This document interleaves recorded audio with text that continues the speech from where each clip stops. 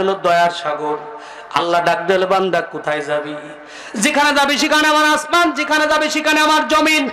সুতরাং বান্দার যাওয়ার কোনো জায়গা নাই, পলানোর কোনো জায়গা নাই, ভাগার কোনো জায়গা নাই। বান্দা আমার কাছে ফিরে আয়, বান্দা ফিরে আয়, ফিরে আয়, বান্দা ফিরে আয়। তুই ভুলে ভুলে হাজারো অন্যায় করেছিস, একটি বার এসে আমার কাছে তওবা করে যদি তুই আমাকে একটা ডাক দিতে পারিস, আল্লাহ আল্লাহ ডাক দে, বলে বান্দা তোর ডাক দিতে দেরি, আমি আল্লাহর তোর গুনাহ মাফ করতে দেরি হবে না। সুবহানাল্লাহ। ওই যে আল্লাহ রাব্বুল আলামিন কত দয়ার। ওই যে একবার আল্লাহ রাব্বুল আলামিন আজরাইলকে ডাক দে, বলে আজরাইল, এই দুনিয়াতে তোমার কি কারো রূহ কবজ করতে যায় তোমার কি কোনোদিন মায়া লাগছে নাকি? আজরাইল ডাক দে, বলে আল্লাহ ওই যে একবার মায়া লাগছিল। কয় কোন জায়গায়? কয় যে সাগরের মাঝখানে একটা জাহাজ চলতেছিল, তুমি তুফান পাঠাইলা, তুফান শুরু হয়ে গেল, ওই সাগরের মাঝখানে জাহাজটা তলায় সব মানুষগুলো মারা গেল। ওই সাগরের মাঝখানে একটা মহিলা, গর্ভবতী একটা মহিলা, তার পেটে বাচ্চা ছিল।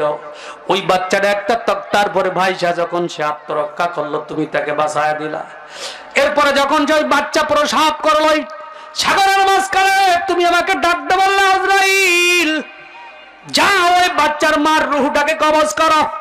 আল্লাহ তখন আমার বড় মায়া লাগছিল, যেই সাগরের মাঝখানে এই বাচ্চার মাকে নিয়ে আসলো, এই বাচ্চাটা কিভাবে মানুষ হবে, কিভাবে বড় হবে, কে তাকে দেখাশোনা করবে, কিভাবে লালন পালন করবে। আল্লাহ ডাক দে, বলে রে আজরাইল, আরো কি কখনো তোমার মায়া লাগছে? কয় আল্লাহ ওই আর একবার। কয় কখন? কয় যে সাদ্দাত তোমার জান্নাতে যাবে না বলে দুনিয়ায় জান্নাত বানাইছে, ওই জান্নাত যখন সে উদ্বোধন করতে যাবে, ওই সাদ্দাতকে তুমি আমাকে বললে আজরাইল যাও সাদ্দাতের রূহ কবজ করো, ও যেন জান্নাতের ভিতরে ঢুকতে না পারে। ওই জান্নাতের কাছে যখন যাবে, ঘোড়ার উপরে এক পা থাকবে আর এক পা জমিনে থাকবে, তুমি ধরে রাখবা, রূহ কবজ করবা।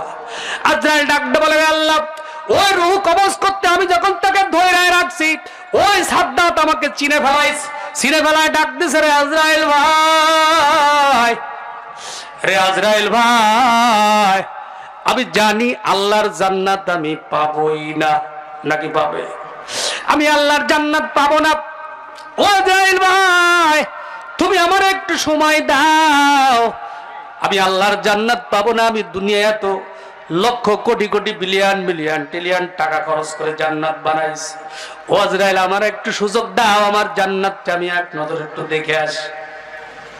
ও রব্বুল আলামিন সাদ্দাত যখন আমাকে বারবার আজরাইল ভাই বলে আমাকে ডাকতে লাগলো, তখন আমার তার জন্য একটু মায়া লাগতেছিল। আল্লাহ আল্লাহ ডাকতে বলে একই ব্যক্তির পরে তোমার দুইবার মায়া লাগলো রে আজরাইল।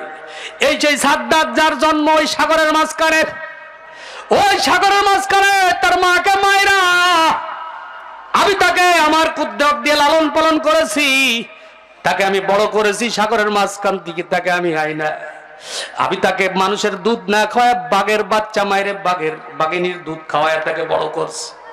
ও আজরাইল তুমি মনে রাখো, ওই সাদ্দাত এত কিছু দেওয়ার পরে যাকে আমি এই দুনিয়ায় রাজত্ব দান করেছি, সুবহানাল্লাহ বলেন, এত কিছু দেওয়ার পরে যদি আমার গোলামি না কইরা, আমার হুকুম না মাইনে, আমার নামাজ নাই, রোজা নাই, হজ নাই, পর্দা নাই, পর্দা নাই, কিছুই নাই, আমার হুকুম না মাইনা দুনিয়ায় সে আমার জান্নাতে যাবে না বলে জান্নাত বানাইছে। ও আজরাইল তুমি বলো তারপরে কি কোনো রহম দেখানো যায় নাকি? আজরাইল ডাকতে বলে আল্লাহ আমি তো জানি না এই সেই সাদ্দাত, যদি আমি জানতাম তাহলে তার রূহটা আরো কঠিন আযাবে কবজ করতাম।